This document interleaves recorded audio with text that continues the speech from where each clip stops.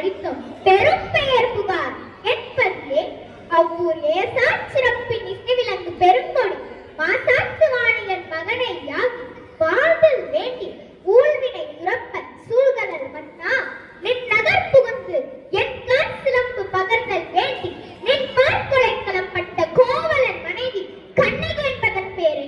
ஓ, கோவலன் மனைவி, சிலம்பு திருடிய கல்வனின் மனைவி. போதும், யா காமராய், நான் காக்க யார் கல்வன்? என் கணவனா கல்வன்?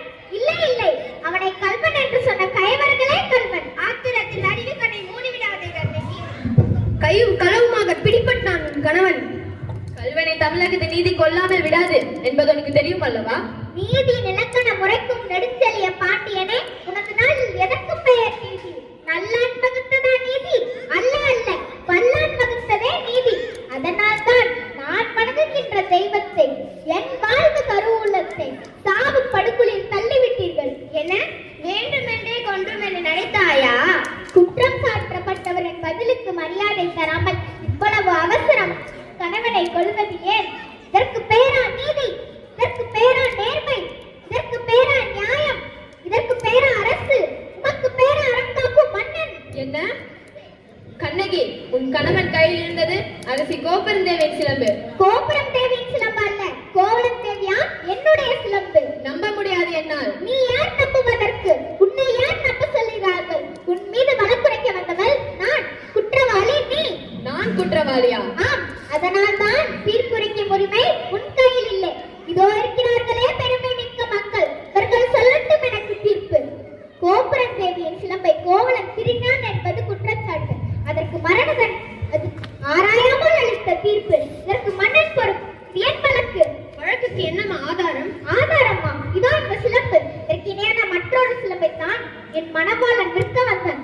பாவிகள் அவனை கொன்று குவித்து விட்டார்கள். அப்படியானால் தேவி அணிந்திருக்கும் சிலம்பு? அவைகளில் ஒன்று உடையது.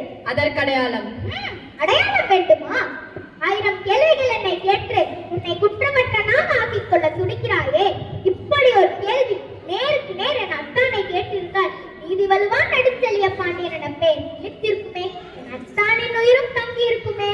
அம்மா, தேவி அணிந்திருப்பதில் ஒரு சிலம்பு உன்னுடையது என்று நிரூபித்து காட்டுவாயா? மதுரை பாண்டியா, உன் மனைவியின் பழைய சிலம்பில் உள்ளவை முத்துக்களா மாணிக்கங்களா? முத்துக்கள், அதுவும் கொற்கை முத்துக்கள். என்னோடது உள்ளவை மாணிக்க கற்கள். அப்படியா? எங்கே பார்க்கலாம்.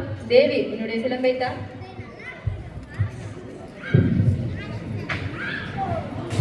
பார்த்தாயா? முத்துக்கள். அடுத்த சிலம்பு. மாணிக்கங்கள். அமைச்சர்களே, அரும்பெரும் சான்றோர்களே, இதற்கு என்ன பதில்? தலை தொங்கி விட்டதா? நீதி கவிழ்ந்து விட்டதா? வாய் அடைத்து விட்டதா? நெடுஞ்செழிய பாண்டியன் நரம் வரம் திறம் எல்லாம் மண்ணோடு மண்ணாக கலந்து விட்டதா? மாசுப்படவும் மாநில மிகளவும் நீதி வழங்கிய உனக்கு செங்கோல் எதற்காக? தேவையில்லை. மணிமுடி எதற்காக? தேவையில்லை. பாண்டியா, உனக்கு இன்னும் சந்தேகம் இருந்தால் இதோ என்னுடைய மற்றொரு சிலம்பு. மாணிக்கங்கள். அழு, என்னை வாழ்வெல்லாம் அழ வைத்த காவலனே அழு. என் காதலனே, என் கண்ணாளனே, என் கண்ணிலேந்த